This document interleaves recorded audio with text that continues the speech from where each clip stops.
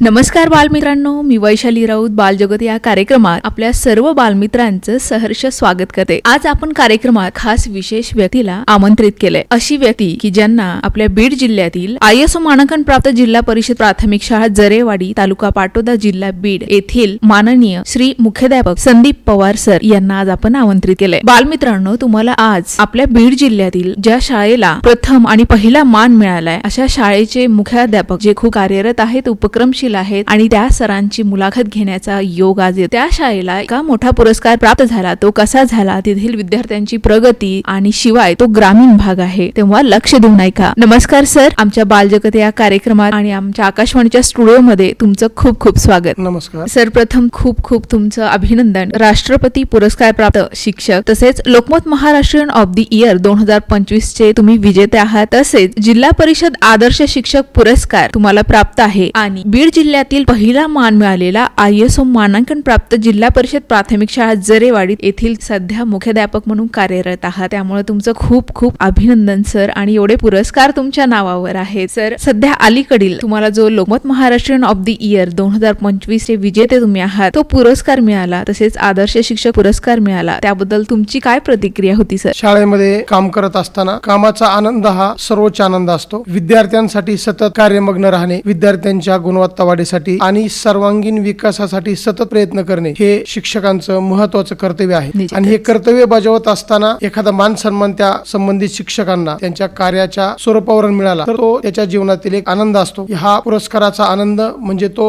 जबाबदारीही वाढवतो आणि यापुढे अधिक उत्साहानं अधिक क्षमतेनं कार्य करण्याची तो प्रेरणा देतो। अर्थातच सर्वांप्रमाणे मला देखील हे विविध पुरस्कार सर्वांच्या सहकार्याने प्राप्त झाल्याबद्दल मी अत्यंत आनंदी आहे। त्या पुरस्काराला साजेस काम यापुढेही सातत्यानं करत राहील आणि करत राहतोय। खूप छान सर, या सातत्याने प्रयत्नामुळे आणि विद्यार्थ्यांचा सर्वांगीण विकास तुम्ही त्यांना या सगळ्यांना वाहून घेतल्यामुळे तुम्हाला निश्चितच हे पुरस्कार प्राप्त झालेत आणि तुमचं यश यातून बोलतंय। सर, आता 15 जून पासून शाळा सुरू झाल्या। आम्हाला तुमच्या शाळेतील विविध उपक्रमच्या बालमित्रांना तुमच्या शाळेविषयी जाणून घ्यायला खूप आवडेल। सर, मला सांगा, त्या 15 जूनला आता शाळा सुरू झाली तर तुम्ही विद्यार्थ्यांचं स्वागत कसं केलं? त्याच्यासाठी तुम्ही काही खास विशेष उपक्रम राबवला का? प्रवेशोत्सव 2026 अंतर्गत शासनाच्या आदेशान्वये प्रत्येक शाळेवरती हा कार्यक्रम नवीन शैक्षणिक वर्षाच्या सुरुवातीला अर्थात 15 जून रोजी संपन्न झाला। प्रतिवर्षाप्रमाणे आमच्या शाळेत सुद्धा हा प्रवेशोत्सव अतिशय आनंदाच्या आणि उत्साहाच्या वातावरणामध्ये संपन्न झाला। आकर्षक सजावट, रांगोळ्या, तोरणे, जल्लोषामध्ये विद्यार्थ्यांचं स्वागत करण्यात आलं। पारंपरिक वाद्य वाजवून त्यांना शाळेच्या प्रवेशद्वारापासून तर मुख्य मंचापर्यंत आणण्यात आलं। बीड जिल्हा परिषदेचे अतिरिक्त मुख्य कार्यकारी अधिकारी माननीय विशाल जाधव साहेब हे या कार्यक्रमासाठी प्रमुख मार्गदर्शक आणि निरीक्षक म्हणून त्यांच्या उपस्थितीमध्ये सर्व विद्यार्थ्यांचं अतिशय आनंदाच्या वातावरणामध्ये स्वागत केलं आणि विद्यार्थ्यांनीही अतिशय उत्साहामध्ये शाळेच्या प्रवेशद्वारातून शाळेच्या प्रांगणामध्ये प्रवेश केला। यामध्ये पालक देखील मोठ्या संख्येनं सहभागी झाले होते। खूप छान सर, पारंपरिक वाद्याने त्यांची जी एंट्री आहे ती तुम्ही केली आणि मुलांमध्ये तर उत्साह त्या दिवशी खूप वेगळाच असेल। सर, तुमची सध्या ग्रामीण भागात आहे ही जिरेवाडी शाळा, जिल्हा परिषद प्राथमिक शाळा जिरेवाडी, तर या ग्रामीण भागात तुमची सध्या विद्यार्थ्यांची संख्या किती आहे सर? जरेवाडी डोंगराळ भागातील गाव आहे। जरेवाडीची लोकसंख्या साधारणपणे 350 आहे, परंतु सध्या शाळेमध्ये 700 विद्यार्थी शिक्षण घेत आहेत। अजून प्रवेश व पटनोंदणी चालू आहे।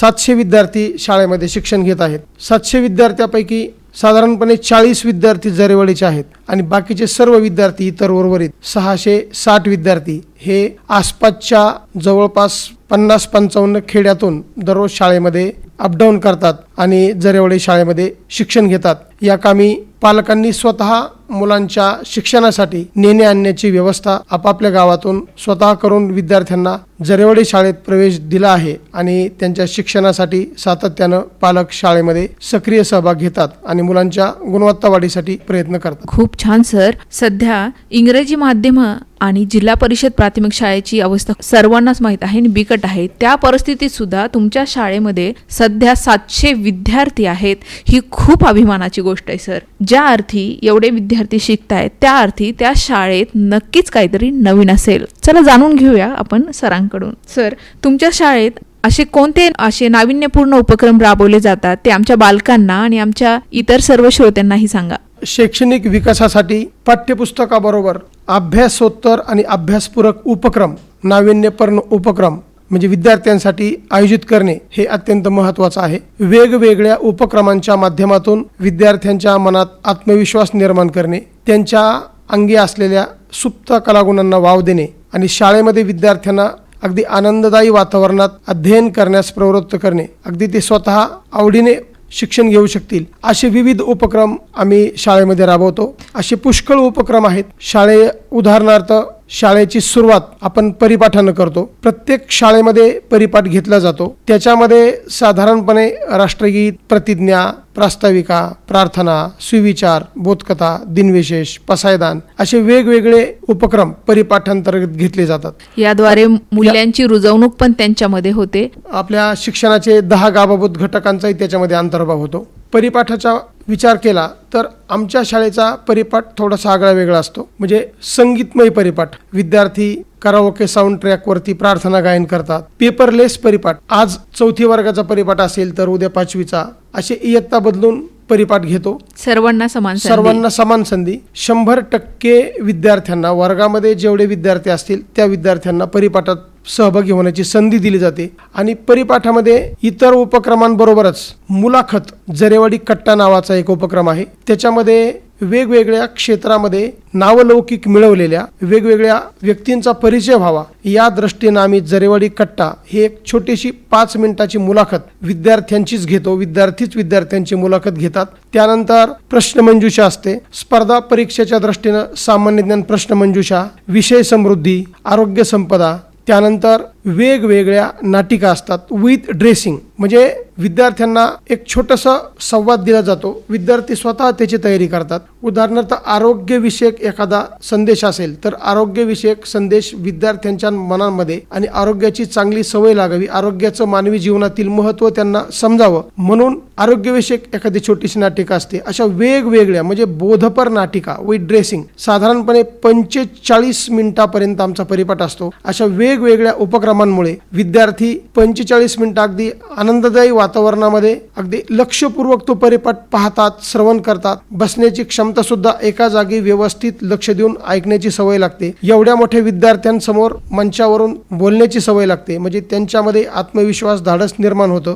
आणि परिपाठाचं गुणगान आम्ही करतो. त्यामुळं परिपाठाची स्पर्धा असते. मग आपला परिपाठ इतरांपेक्षा चांगला व्हावा यासाठी ते जे परिपाठाचे प्रमुख विद्यार्थी असतात आणि ते इतर सहभागी विद्यार्थी सर्व तयारी करतात. म्हणजे विद्यार्थ्यांमध्ये एक बोलण्याचं कौशल्य, स्किल खूप छान प्रकारे विकसित परिपाठाच्या माध्यमातून झालेलं आहे. परिपाठामध्ये याबरोबरच विषय समृद्धी, दिनांक तो पाडा म्हणजे विषयाला सुद्धा प्राधान्य दिलेलं आहे. वेगवेगळ्या विषयावरचे प्रश्न म्हणजे विषयांची तयारी सुद्धा किती झाली, कमीत कमी कालावधीमध्ये विद्यार्थ्यांच्या क्षमता तपासण्याचं मोजमाप या परिपाठाच्या माध्यमातून आमच्या शाळेत होतं आणि तो एक दिवसाची छान सुरुवात होते. त्यामुळे विद्यार्थ्यांना परिपाठाच्या माध्यमातून चांगलं ज्ञान प्राप्त झालेलं आहे याची आम्ही प्रत्यक्ष प्रचिती घेतलेली आहे. खूप छान सर. तुम्ही जे वर्णन केले ना तो परिपाठ, सध्या मुलांमध्ये या मूल्य संस्कारांची खरंच खूप गरज आहे. तुम्ही सांगितलं सर परिपाठ हा संगीतमय असतो आणि प्रत्येकाला संधी दिली जाते, प्रत्येक वर्गाला संधी दिली जाते.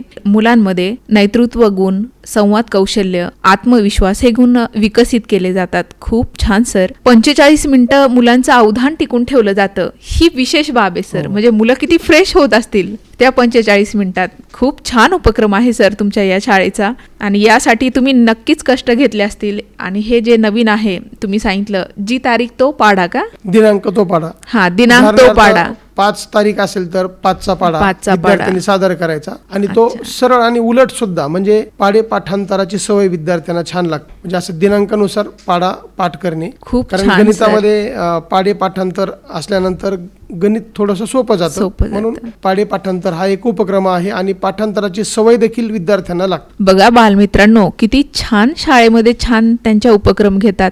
जो दिनांक आहे तो पाडा म्हणायचा. बघा तुम्ही पण ट्राय करा, तुमचे पाडे सहज पाठ होतील, हो की नाही सर. खूप छान माहिती दिली तुम्ही. तुमचा परिपाठ खरंच खूप छान असला पाहिजे. परिपाठाबद्दल मॅडम आमच्या शाळेमध्ये अनेक बाहेरच्या जिल्ह्यातील व्यक्ती भेट देतात आणि आवर्जून परिपाठ पाहण्यासाठी खूप दूरवरनं सकाळी 9:15 दरम्यान परिपाठ सुरू होतो. परिपाठाला अनेक बाहेरील जिल्ह्यातील शिक्षक बंधू भगिनींनी भेट देऊन परिपाठातील सर्व सादरीकरणाचं अगदी कौतुक केलेलं आहे. म्हणजे विशेष परिपाठाच्या माध्यमातून विद्यार्थ्यांच्या शैक्षणिक सर्वांगीण विकासासाठी कशा प्रकारे उपयोग होऊ शकतो हे सर्वांनी पाहिलेलं आहे. निश्चितच सर ही तुमची शाळा आहे आणि बीड जिल्ह्यातील पहिला मान तुमच्या शाळेला मिळालेला आहे. त्यासाठी काहीतरी अटी नियम असतील तर आम्हाला थोडक्यात सांगा. कोणत्या उपक्रमांमुळे, कोणत्या नाविन्यपूर्ण बाबींमुळे हा पुरस्कार तिथं मिळालाय आणि त्यात तुमचं योगदान निश्चितच आहे. तुमच्या योगदानाशिवाय, तुमच्या कामगिरीशिवाय हे पूर्ण होणार नाही. आम्हाला थोडीशी माहिती द्या सर. ISO मानांकन एखाद्या वस्तूला उच्च दर्जा प्राप्त झाल्यानंतर आपण ती वस्तू अगदी खरेदी करतो की हिला अर्थात. एक मान्यता प्राप्त दर्जा आहे. तसं शिक्षणाला सुद्धा एक उच्च दर्जा असावा आणि त्या उच्च दर्जा पूर्ततेसाठी जे काही निकष असतील ते निकष त्यांच्या अटींची पूर्तता करणं, त्या अटींची पूर्तता केल्यानंतर जे मूल्यांकन समिती असते ती प्रत्यक्ष येऊन सगळं तपासणी करून मग निकष ठरवून अंतिम निर्णय घेऊन त्या शाळेला ISO मानांकन दिलं जातं. ही साधारणपणे 2012 ते 16 पर्यंतची गोष्ट आहे. आम्हाला 2016 साली शाळेला बीड जिल्ह्यातील पहिली ISO मानांकन प्राप्त शाळा म्हणून गौरविण्यात आलं. त्यावेळेस त्याला फी सुद्धा असते, परंतु त्यानंतर महाराष्ट्र शासनाच्या शैक्षणिक विभागामार्फत शाळा सिद्धी नावाचा उपक्रम राबवण्यात आला आणि शासनानंच ISO मानांकनच्या धर्तीवर शासनाच्या माध्यमातून शाळा सिद्धी यामध्ये शाळेला वेगवेगळ्या घटकाच्या माध्यमातून मग भौतिक सुविधा असेल, विद्यार्थ्यांचं आरोग्य असेल, विद्यार्थ्यांच्या म्हणजे पटसंख्या असेल,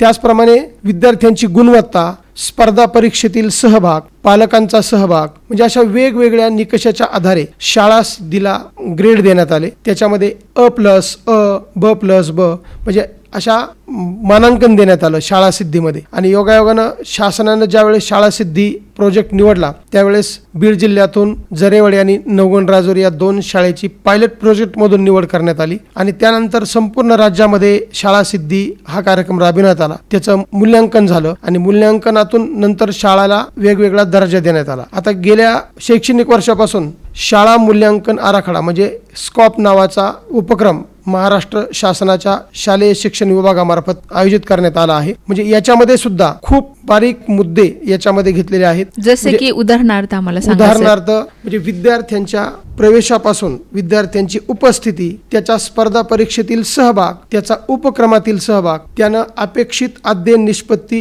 किंवा अपेक्षित मूलभूत क्षमता साध्य केलेल्या आहेत किंवा नाही.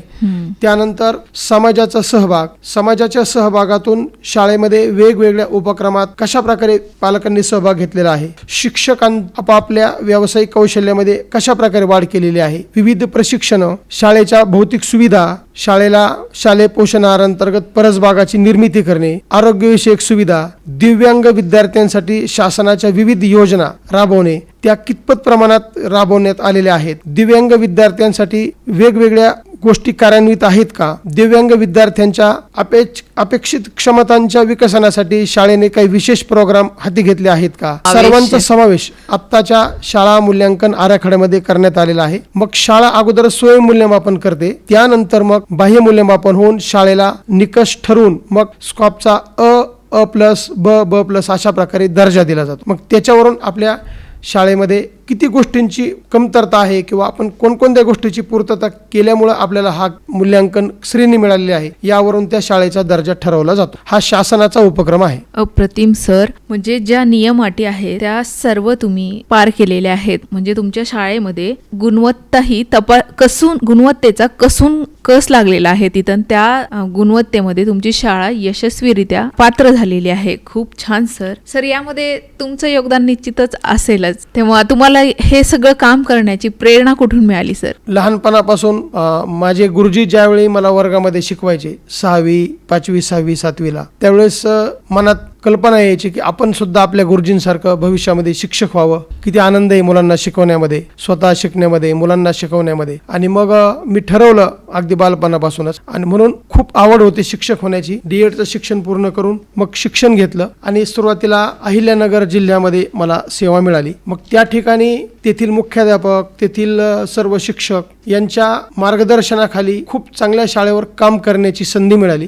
त्या ठिकाणचे शाळाप्रेमी नागरिक, ग्रामस्थ यांनी शाळेला भरीव मदत केली, सहकार्य केलं. ही 1991 ते 94 सालामध्ये म्हणजे माझ्या शिक्षकी पेशाची सुरुवातच खूप चांगल्या ठिकाणी झाली. त्यामुळं अर्थात तेथील सर्व मुख्याध्यापक, सर्व शिक्षकांची, ग्रामस्थांची प्रेरणा मिळाली. आई वडील, पत्नी, कुटुंब या सर्वांच्या सहकार्यानं शाळेमध्ये काम करण्याची ऊर्जा मिळाली. त्यानंतर सर्व शिक्षक शाळेमध्ये काम करणारे या सर्व शिक्षकांच्या एकतेच्या माध्यमातून, कारण युनिटी इज द पॉवर असं आपण म्हणतो, नक्कीच एकतेच्या माध्यमातून शैक्षणिक सर्वांगीण विकास घडवून आणण्यासाठी सर्व शिक्षकांच्या सहकार्याची गरज असते. आणि मला शाळेमध्ये आतापर्यंत जरेवाडी शाळेमध्ये जेवढे शिक्षक, मुख्याध्यापक लाभले त्या सर्वांनी खूप मोठं योगदान दिलं आणि सर्वांच्या सहकार्यातून शाळा एक शैक्षणिक चांगल्या दर्जाची घडू शकली, याचा निश्चितच आनंद आहे. खूप छान सर. सर्वांचं सहकार्य लाभतं, पण त्यामध्ये तुम्ही स्वतःला झोकून दिलं, त्यामुळे एवढं सगळं शक्य झालंय. त्यामुळे या यशाबद्दलच तुम्हाला हे पुरस्कार मिळाले आहेत. सर, तुम्हाला जिल्हा परिषद आदर्श शिक्षक पुरस्कार कोणत्या साली प्राप्त झाला?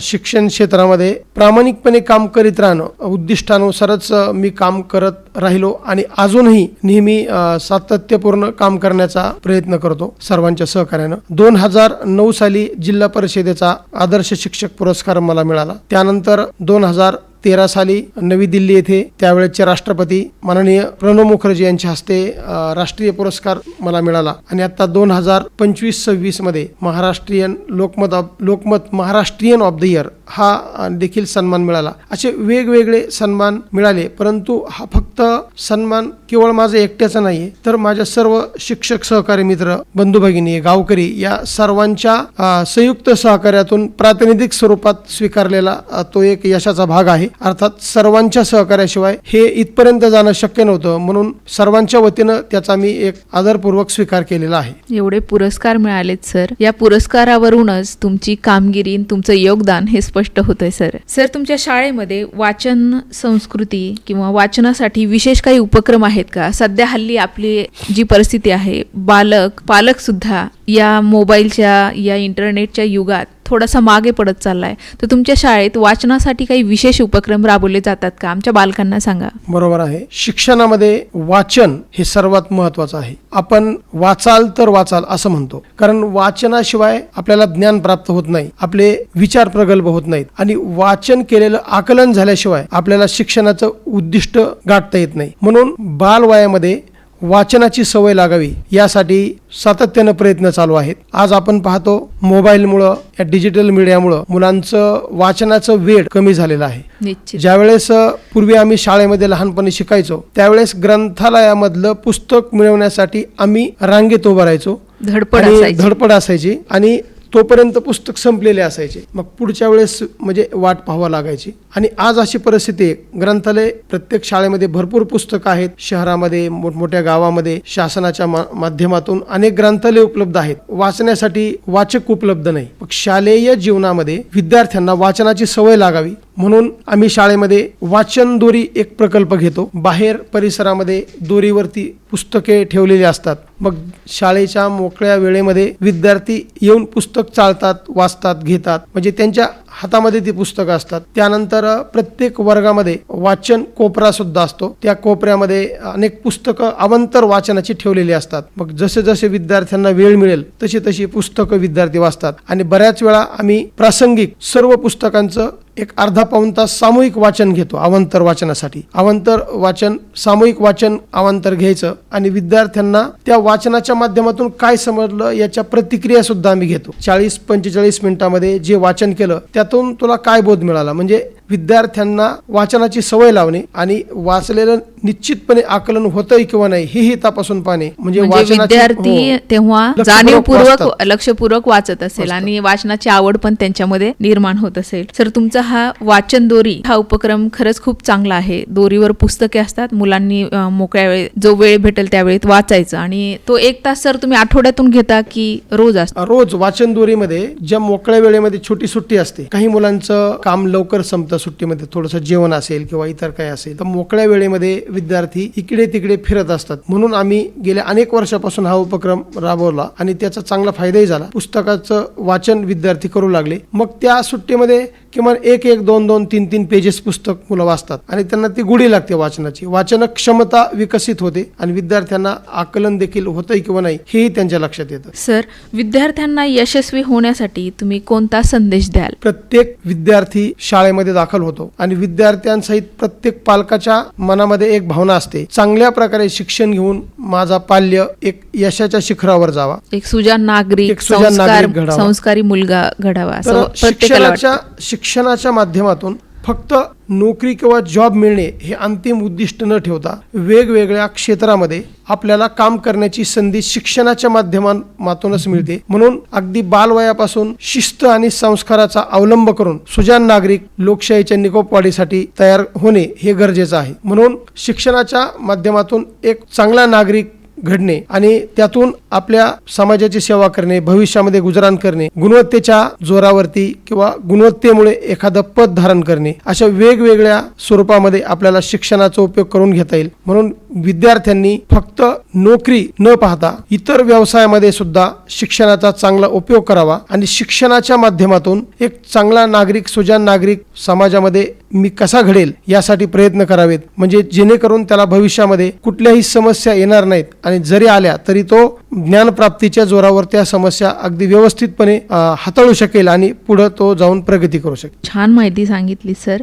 शिक्षक, पालक आणि विद्यार्थी यांचा समतोल तुमच्या शाळेमध्ये कसा राखला जातो याचं एक छोटंसं उदाहरण आम्हाला सांगा. शिक्षण प्रक्रिया ही शिक्षक, पालक आणि विद्यार्थी या त्रिसूत्रीवर आधारलेली आहे. जर उत्कृष्ट काम करणारे शिक्षक असतील, खूप छान शिकणारे, अध्ययन करणारे जर विद्यार्थी असतील आणि या दोघांसाठी सहकार्य करणारे, भरीव सहकार्य करणारे, लक्ष देणारे पालक असतील तर या त्रिसूत्रीच्या जोरावर शिक्षणाचं उद्दिष्ट नक्कीच साध्य होतं. आमच्या शाळेमध्ये सर्व शिक्षक, सर्व विद्यार्थी आणि ग्रामस्थांच्या सहभागातून आम्ही वेगवेगळ्या उपक्रमाच्या माध्यमातून हे सिद्ध करून दाखवलं आणि म्हणूनच पटसंख्येत सातत्यानं वाढ झाली. वेगवेगळ्या उपक्रमामध्ये शाळेच्या यशाचा टक्का वाढला, पालकांचा विश्वास वाढला. आम्ही विद्यार्थ्यांनी वेगवेगळ्या परीक्षेमध्ये किंवा वेगवेगळ्या ॲक्टिव्हिटीजमध्ये जे यश मिळवलं त्या यशाचं सादरीकरण पालकांसमोर करतो. पालकांनाही आनंद वाटतो, अभिमान वाटतो की माझ्या मुलाची प्रगती चांगल्या प्रकारे शाळेमध्ये होत आहे, माझा मुलगा एक सर्व गुणसंपन्न सर्वांगीण विकासासाठी शाळा प्रयत्न करत आहे, त्याच्यामध्ये तो सहभागी होत आहे, माझ्या मुलामध्ये आत्मविश्वास निर्माण झाला आहे,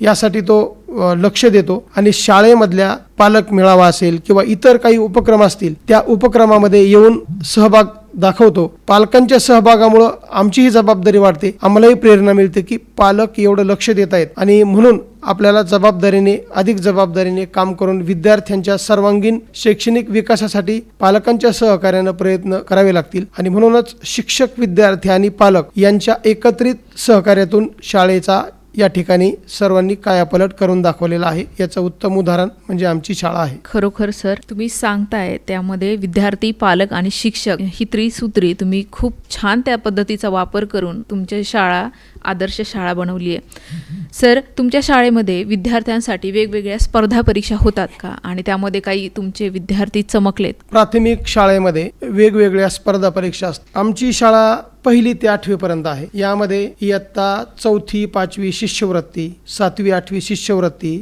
इयत्ता 5वी नवोदय परीक्षा, इयत्ता 8वी NMMS परीक्षा, अशा वेगवेगळ्या शासकीय परीक्षा असतात. या सर्व परीक्षेमध्ये जास्तीत जास्त विद्यार्थ्यांना स्पर्धा परीक्षेमध्ये बसवतो. गेल्या 10 वर्षामध्ये शाळेचे शेकडो विद्यार्थी या शिष्यवृत्ती परीक्षेमध्ये मेरिट लिस्टमध्ये आलेले आहेत आणि शासनाची फार मोठी शिष्यवृत्ती त्यांना मिळालेली आहे. अनेक विद्यार्थी नवोदय परीक्षेत पात्र होऊन केंद्र सरकारच्या नवोदय योजनेमध्ये मोफत शिक्षण गडी या ठिकाणी घेत आहेत. म्हणजे स्पर्धा परीक्षेमध्ये विद्यार्थ्यांच्या पात्रतेची टक्केवारी खूप चांगल्या दर्जाची आहे. अनेक विद्यार्थी या ठिकाणी शिष्यवृत्ती धारक झालेले आहेत. म्हणजे एक जिल्ह्यातील टॉप शाळेमध्ये आमच्या जरेवाडीची जिल्हा परिषदेची शाळा शिष्यवृत्ती धारक विद्यार्थी घडवणारी शाळा म्हणून शाळेचा नावलौकिक आहे. सर, मग स्पर्धा परीक्षेसाठी तुम्ही बालकांकडून विशेष उपक्रम किंवा त्यांच्याकडून त्यांनी अभ्यास करण्यासाठी काही अजून काय राबवता तुमच्या शाळेमध्ये, जेणेकरून तुमचे एवढे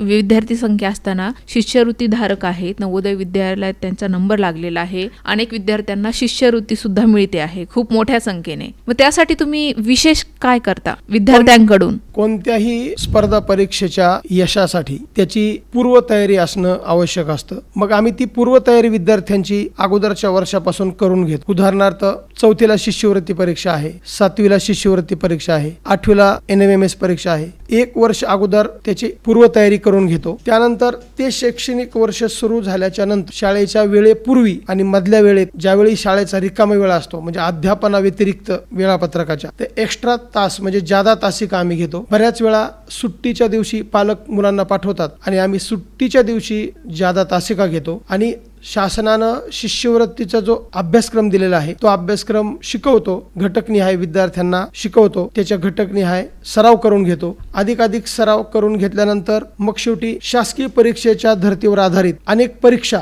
सराव परीक्षा आम्ही घेतो आणि सराव परीक्षा घेतल्यानंतर कोणता भाग विद्यार्थ्यांना कठीण वाटतोय त्याचाही अधिक सराव घेतो. आणि म्हणून या सर्व सरावाच्या आणि जादा तासिकेच्या माध्यमातून सर्व शिक्षकांच्या प्रयत्नातून आमच्या शाळेमध्ये शिष्यवृत्ती धारक विद्यार्थ्यांची संख्या खूप चांगली आहे. आत्ताच 5वी आणि 8वीचा काल जाहीर झाला शिष्यवृत्तीचा.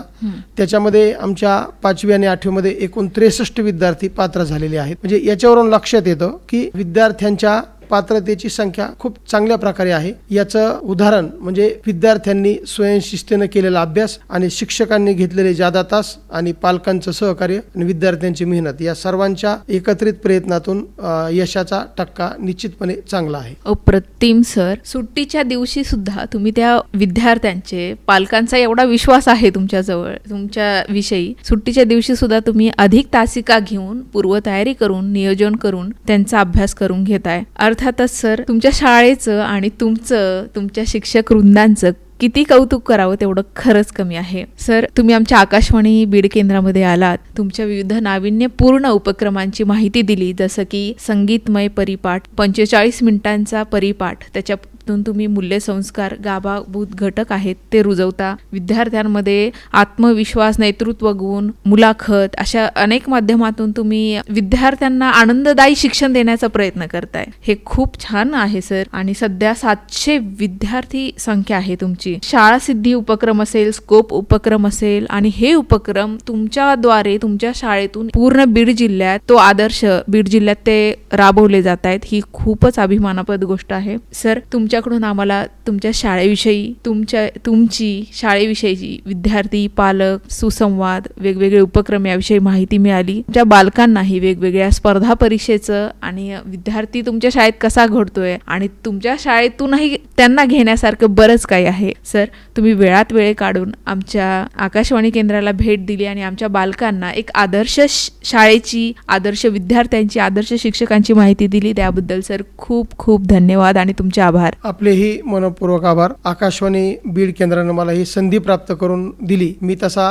गेल्या 35 ते 40 वर्षापासून आकाशवाणीशी निगडीत आहे. मी आकाशवाणीचे विविध कार्यक्रम अगदी मनापासून ऐकतो, म्हणजे नियमित सातत्याने ऐकतो. आकाशवाणीचे माझे कायम ऋणानुबंध आहेत आणि त्या ऋणानुबंधात मी राहील. आकाशवाणी बहुजन हिताय बहुजन सुखाय या संदेशानुसार अविरत चालू आहे आणि ती अखंडपणे चालत राहो. आपण मला या ठिकाणी बोलावून मुलाखत घेण्यास म्हणजे परवानगी दिली, याबद्दल मी आपले मनपूर्वक धन्यवाद मानतो. धन्यवाद सर.